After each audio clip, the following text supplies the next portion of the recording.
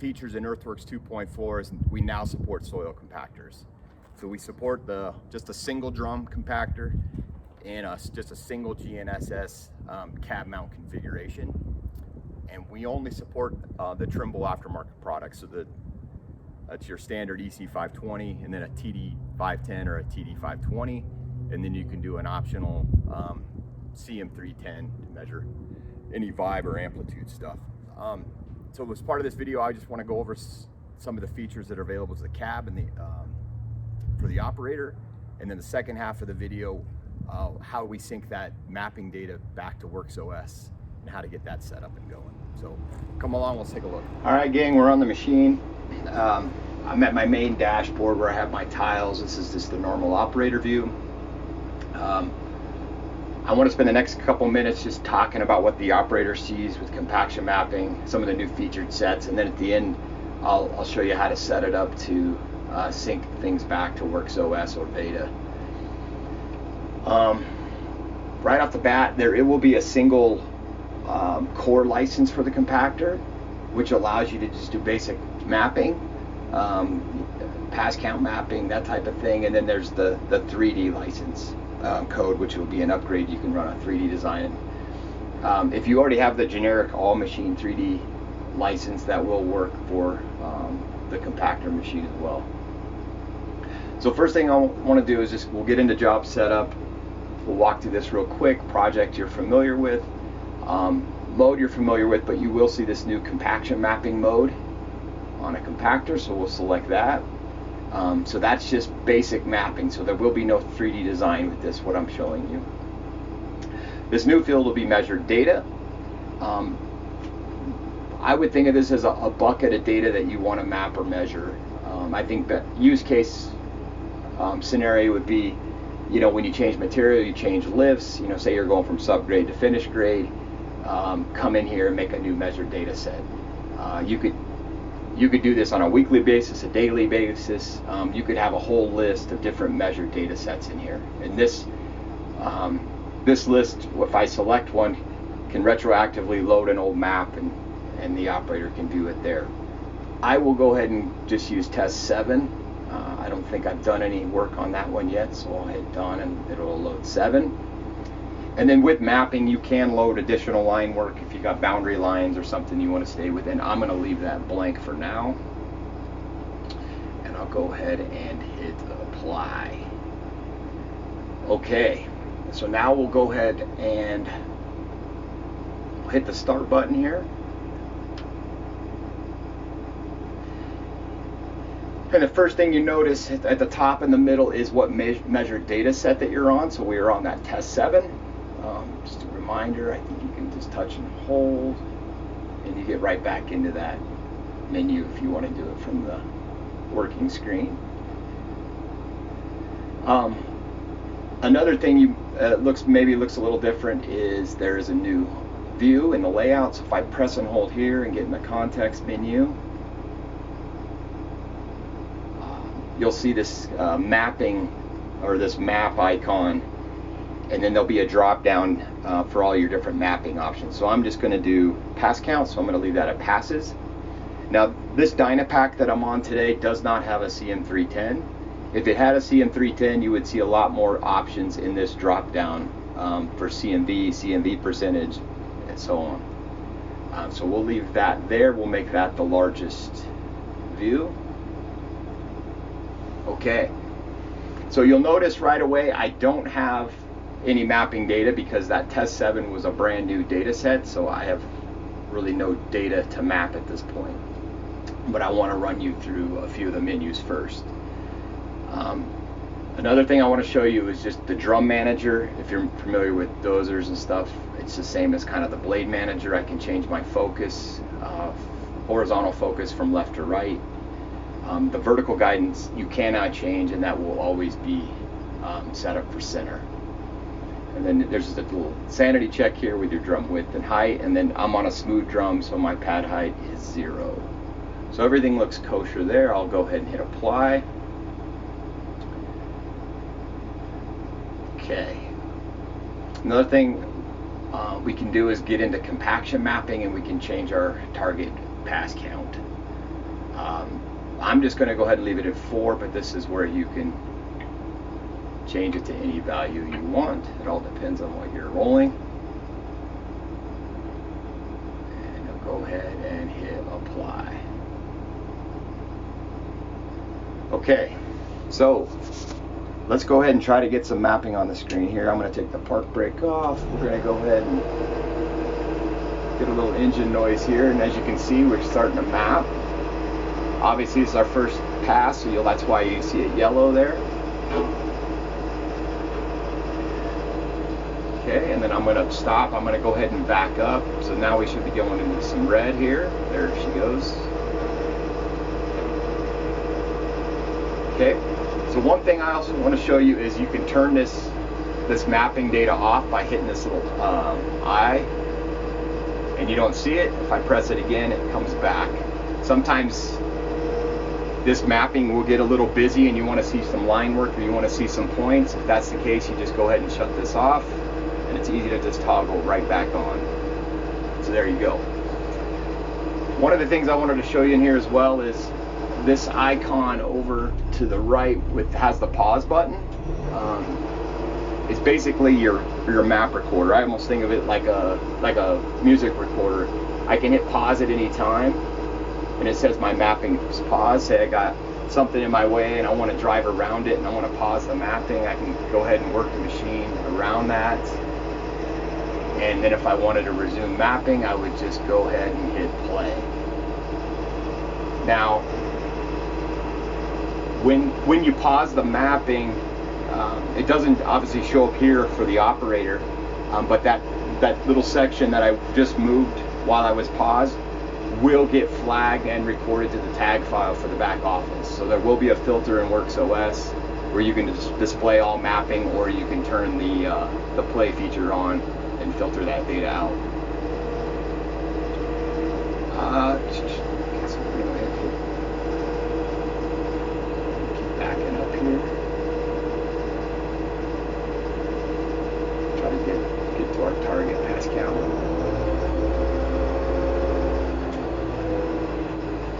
I will mention though that even that pause data that we did a second ago will show up in WorksOS. If you are syncing your data to Veda will only see what the operator sees. So when you actually do pause that and move the compaction or the compactor around, Veda will not pick up that data. Only WorksOS will filter on that. Okay. Let me go ahead and pause. Let me go ahead and stop the machine here and throw the park brake on. Okay, so now that all that map data that we have here will be in this test 7 measured data set, and that will be another filter within WorksOS. So let me turn some of the engine off here. Okay.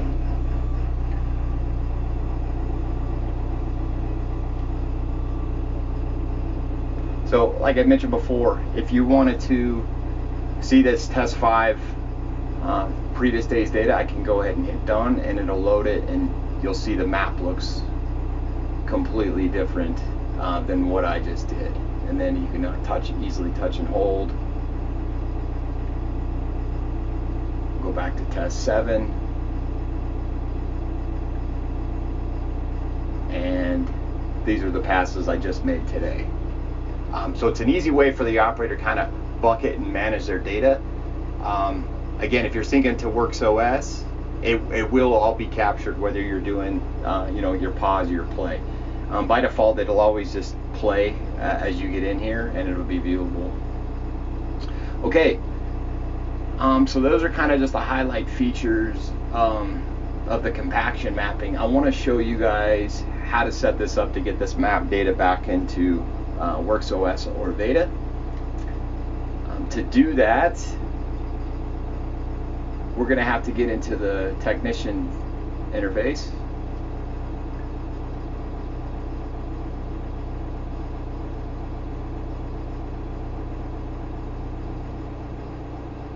And we're going to go under connectivity. And obviously you got to have an S&M 941 installed. So that looks good there. We're going to go to Connected Community. And this will tell you basically, it's no different than the previous machines, right? You put your TCC org credentials in here. There's my org, the device password. This all has to be set up prior to getting on the machine. I'll show you how to do that here later in the video. But we want the Works Manager reporting toggled on. And then if you have the workflow optimization, you could do a surface download. I have that off. But that is the current ground surface download that we do from WorksOS. All right, so we're going to hit save here.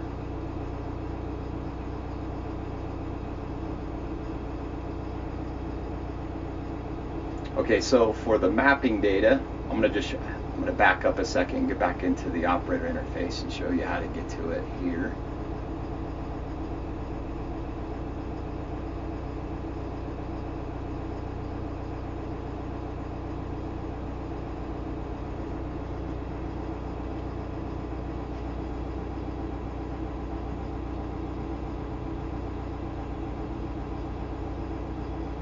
Okay. Hit start.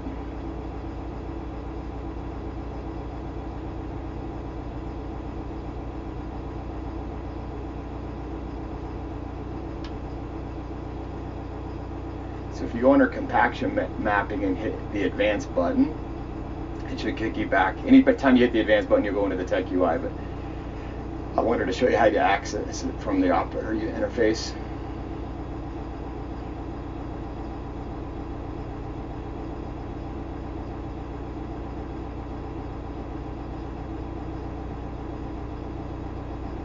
Okay, so now in here, you'll see a couple options. Again, this is under the advanced. You have your WorksOS and Vision Link. That's what I want to show you here in a little bit in the video. Or there's an option for, oh, I'm sorry about that, to store all the tag data on the machine. So if you don't have a 941, I would go ahead and just store everything on the machine, and then your tag files can be backed up in the EC520. If I were sending this to Veda, I could generate the TDS file and I could toggle that on. I'm going to leave that off for now. And then if I wanted to display cut fill mapping, or I had that current ground surface, I could toggle that on. Oh, sorry about that.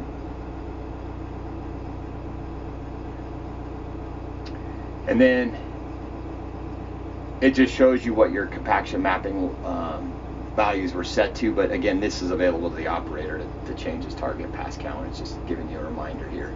The biggest takeaway from this is report your tag files back to WorksOS. Okay, so we're going to hit save there. So now, with the TCC org credentials in there, a 941 that's on the internet, and this checked for compaction mapping, we should be good to go from the machine standpoint. I'm going to show you guys here in a second how to do this back in the office. All right, gang, we're back in the office. I'm going to show you how to get that pass count data from the compactor into WorksOS, and something that you can use and work with. So first thing you're going to need to do is go into Trimble Works Manager, so worksmanager.com, log into your account. If you don't have an account, get with your SciTech and get an account set up. This will be your main landing page. It takes you to the dashboard with tiles for your projects. Just for this pass count stuff, you don't need a project set up in Works Manager. We are actually using Works Manager to set up the device or the compactor. More than likely, you have a project set up, because this is where we send and receive design data, remote access into devices. But for this purpose, we don't need a project set up to view the pass count data. So normally you guys would log in and have one account. I have multiple accounts. I'm going to just go into this account here. And we're going to go to the devices tab on the left hand side. As you can see, I got a lot of devices under this account. Normally you would just log in here. If it's first time, you won't see anything here in the list, but you're going to go ahead and hit add. And when you add a device, you basically get the device you want to add. In our case, we got a 520 or the Wi-Fi version of the 520. You go ahead and put the serial number of the EC520 in. This is the one off the Dynapack, hypothetically. The device name is usually the machine ID or the machine name that you gave it in Earthworks. Description field is arbitrary or something specific to you, so your company equipment number can go in there. And then the device password is here, right? So this is what I showed you in the cab, is where you enter the device password. So this would be set up prior to setting up that part on the machine. I would recommend something simple and easy here, probably something repeatable.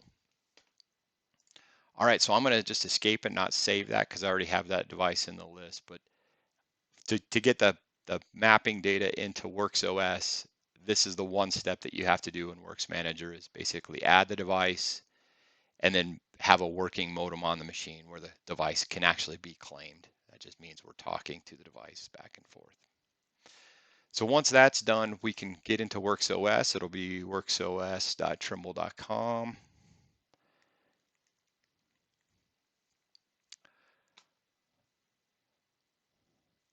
Now for a WorksOS license, again, contact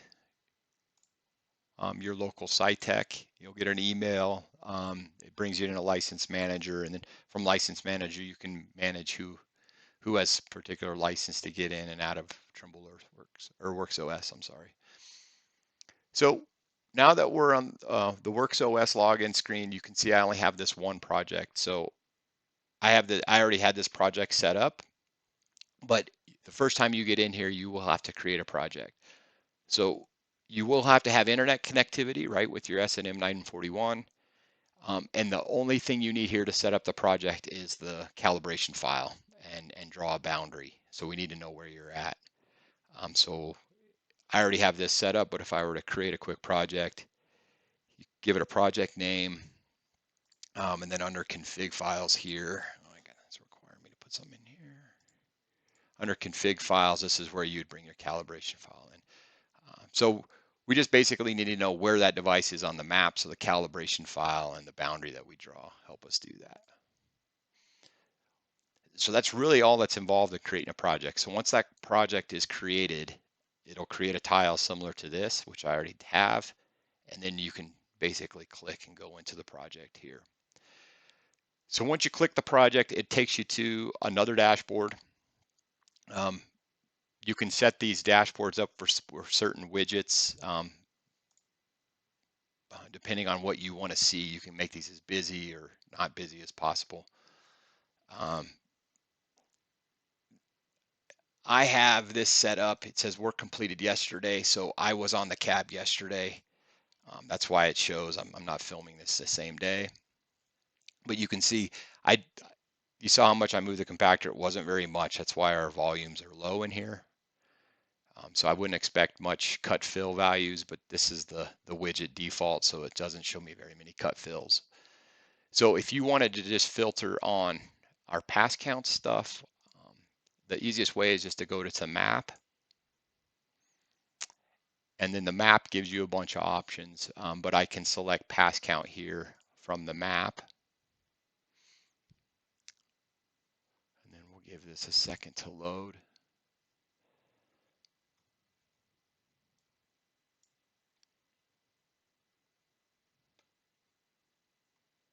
So the first thing you'll notice is I got a lot of passes on our pad out there. This is over, a month and a half period. So what I'll do is I'll change my filter range up here in the top right. So this one indicates I got one filter and it's by date range. So if I change this date range to just do yesterday, we'll give a second for that to load. But once we see that, this should match basically all the work I did on that test 7 pass in the cab. Yeah, so it takes a few seconds to render the satellite image and the pass count stuff. But as you can see, Not a lot of pass counts here. Here's your pass count legend, 1 and 2. Most of these are just 1 and 2 passes. You get into some 4. This was some forward reverse stuff. If I wanted to, over here on the right hand side at the bottom, these dots here, it says DDV is our detailed data viewer. I can click that and click in any of these little 1 foot by 1 foot cells, and it gives me a full breakout of what was going on at that time of that pass. So as you can see, it took me, what, a minute to go forward and go reverse over the same cell. It tells you gear information here. If I had an accelerometer on there, or the CM310 sensor, I would get a bunch of, CMV frequency out values in here. It all depends on what you have on there as far as how much data you get. But the detailed data viewer is a nice kind of brief snapshot. Just go in and check, make sure everything is on the up and up. So let me get out of that. Let's see, what else can we show you? So again, this filter button in the top right, this one indicates I have 2 filters. So if I wanted to, I could filter by number of pass counts. Say I just wanted to see 1 pass to 10 passes. I know we don't have that many, but we'll hit apply. Since I had applied that filter, you see now my filter button changed to 2 up here. So that means there's 2 filters applied. So that just bumps it up to the list. So if you get crazy going with your filters, you can see them here in the list, and then you can just quickly clear them. All right, let's give this a second to render. Well, since I selected 1 to 10, it should render exactly the same as it was a second ago. And that's exactly what we get here. Again, so when I pause, when I'm in the cab and I pause and my mapping for the operator, keep in mind that will show up here. There was a brief section right through this green section here where I paused the recording and then it hit play again, assuming I was going around something or I didn't want to log data then, but it will show up here. And those measured data buckets that I showed you that you can do in the cab, they're not, as we filmed this in April 2021, that filter is not here, but it is coming. So you will have measured data buckets in here to filter on if that's what you want to see. Okay, so that is a quick and dirty of how to get the pass count mapping or any of the compaction mapping into Trimble WorksOS. I hope this was helpful. If you have any questions, please reach out to your local site tech. Thank you.